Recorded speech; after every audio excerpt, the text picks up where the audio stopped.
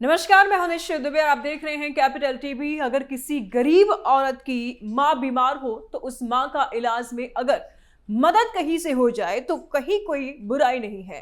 सबको मदद करना चाहिए। और आज उत्तर प्रदेश की राजनीति के सामने एक ऐसा सवाल खड़ा है जिससे कोई भी पार्टी बच करके नहीं निकल सकती। आज मामला किसी एक लड़की का नहीं है, किसी एक महिला का नहीं है। आज मामला उस सोच का है जिसने यूपी को कभी अपराध के हवाले कर दिया था और आज वही फिर सहानुभूति के नाम पर उसी अतीत को चमकाने की कोशिश की जा रही है। मदद अगर सियासी लाभ के लिए किया गया हो तो क्या कहेंगे आप? और मदद उस व्यक्ति की हो जिसने सड़कों पर लोगों की खून की होली खेली हो तो क्या कहेंगे आप? तब भी कहेंगे कि मदद अच्छी है। खुशी दुबे की मां गंभीर रूप से बीमार है, इलाज महंगा है, परिवार आर्थिक तंगी में है और इस सच्चाई से किसी को भी इनकार नहीं होनी चाहिए। मदद भी होनी चाहिए, लेकिन सवाल मदद पर नहीं है, सवाल उस मदद के पीछे संदेश पर है। खुशी दुबे खुद कहती हैं कि समाजवादी पार्टी के अध्यक्ष अखिलेश यादव ने उनका इंटरव्यू देखा, अपने लोगों को अस्पताल भेजा, डॉक्टरों से बात करवाई और ऑपरेशन के पैसे जमा कराए। सवाल सीधा है कि जब यूपी में हजारों गरीब, बीमार, बेसहारा लोग इलाज के लिए भटक रहे हैं, तब बिकरू कांड से जुड़े परिवार को ही क्यों राजनीतिक सहानुभूति का चेहरा बनाया गया? यहां एक गांव के नाम आ रहा है, कानपुर का बिकरू गांव। याद है ना आपको? वही जगह जहां उत्तर प्रदेश पुलिस के 8 जवानों को गोलियों से भून दिया गया था। वही बिकरू कांड जिसने पूरे देश को हिला दिया था, आज एक बार फिर उत्तर प्रदेश की राजनीति के केंद्र में है। फर्क सिर्फ इतना है कि इस बार मामला किसी एनकाउंटर, चार्जशीट या कोर्ट की तारीख का नहीं है, बल्कि सहानुभूति, मदद और उसके पीछे छिपी सियासत का है। बिकरू कांड की आरोपी रही खुशी दुबे एक बार फिर चर्चा में है। वजह उनकी मां की गंभीर बीमारी और उस बीमारी पर राजनीतिक कंपटीशन शुरू हो गई है। खुशी दुबे खुद कहती हैं कि उनकी मां के सिर की नसें फूल गई थी, ऑपरेशन बेहद महंगा था और उनका परिवार आर्थिक रूप से इस इलाज का खर्चा नहीं उठा सकता था। एक इंटरव्यू के बाद सपा नेता अखिलेश यादव ने अपने लोगों को अस्पताल में भेजा और भेजने के बाद डॉक्टर से बात करवाई और ऑपरेशन का खर्च जमा करवाया, पूरा का पूरा खर्च उठाया। जैसे ही ये खबर सार्वजनिक हुई, यूपी सरकार की तरफ से स्वास्थ्य मंत्री ब्रजेश पाठक लखनऊ के अस्पताल पहुंचे और हालचाल लिया। सवाल यही से शुरू होता है कि क्या यह सिर्फ मानवीय मदद है या फिर एक बार फिर से बिकरू कांड को एक बार राजनीतिक नैरेटिव में बदलने की कोशिश है। कहा जाता है कि राजनीति में कुछ भी बिना संदेश के नहीं होता है, बिना मतलब का नहीं होता है, और यही संदेश इस पूरे घटनाक्रम को सामान्य मानवीय मदद से अलग कर देता है। ऐसे में सवाल उठता है कि क्या सच में अखिलेश यादव को किसी ब्राह्मण की मदद करनी है? तो यूपी में काफी गरीब ब्राह्मण है, काफी असहाय ब्राह्मण है जो रोज अपनी जिंदगी और मौत की लड़ाई लड़ रहे हैं अस्पताल में। वहां भी जाना चाहिए अखिलेश यादव को, उनसे ब्राह्मण वर्ग ज्यादा खुश होगा। कम से कम राहुल गांधी से एक गुण तो सीखा जा सकता है। चुनाव के समय दलितों को साधने के लिए सबसे गरीब दलित के घर जाते हैं, खाना खाते हैं, जिनका छवि कम से कम आपराधिक तो नहीं होते हैं, और इससे दलित वर्ग खुश भी हो जाता है। आरोपी को बनाया राजनीतिक मोहरा। खुशी दुबे वही नाम है जिन्हें बिकरू के कांड के बाद 2.5 साल से ज्यादा वक्त जेल में बिताना पड़ा। वही लगातार खुद को निर्दोष बताती रही और कहती हैं कि उन्होंने बिना किसी कसूर के जेल काटी है। आज उनकी पारिवारिक स्थिति यह है कि घर में सिर्फ पिता कमाने वाले हैं, पढ़ाई का खर्च वकील उठा रहे हैं और परिवार रोजमर्रा की जरूरतों के लिए संघर्ष कर रहा है।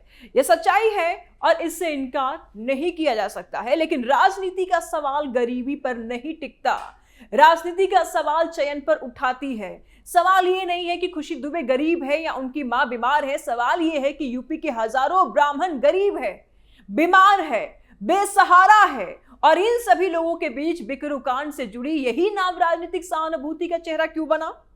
क्या सिर्फ इत्तेफाक है या फिर सोच समझ करके चुना गया प्रतीक है? अपराधी विकास दुबे सपा सरकार में पला बड़ा। खुशी दुबे विकास दुबे की भाई की पत्नी है, यानी कि सीधा तार जुड़ा है और आरोपी भी है। यह सवाल अब फिर से जोर पकड़ रहा है कि विकास दुबे आखिर किस दौर में फला फूला। विकास दुबे कोई एक दिन में पैदा हुआ अपराधी नहीं था, वह करीब 2 दशक तक उत्तर प्रदेश में खुलेआम आतंक मचाता रहा, पुलिस को चुनौती देता रहा, हत्या, अपहरण और रंगदारी के मामलों में नामजद होता रहा। इसके बावजूद वह सिस्टम के भीतर सुरक्षित रहा। कौन पाल रहा था विकास को? सवाल बड़ा है कि आखिर विकास दुबे को कौन भरण पोषण कर रहा था? विकास के परिवार को कौन पाल रहा था? राजनीतिक इतिहास और मीडिया रिपोर्ट्स बताती हैं कि मुलायम सिंह यादव के शासनकाल में उसके खिलाफ दर्ज मामलों के बावजूद कार्रवाई बेहद धीमी रही और ना के बराबर रही। अखिलेश यादव के मुख्यमंत्री रहते हुए भी उसका नेटवर्क कमजोर नहीं पड़ा। पुलिस और प्रशासन में उसकी पकड़ की बातें भी बाद में खुद कई अधिकारियों ने सार्वजनिक रूप से स्वीकार की, और यही वजह है कि समाजवादी शासन के दौर को लेकर अपराधियों को संरक्षण मिलने के आरोप बार बार लगते रहे। यूपी की राजनीति में जंगल राज जैसे शब्द ने जन्म लिया। समाजवादी राजनीति और अपराध का नाता।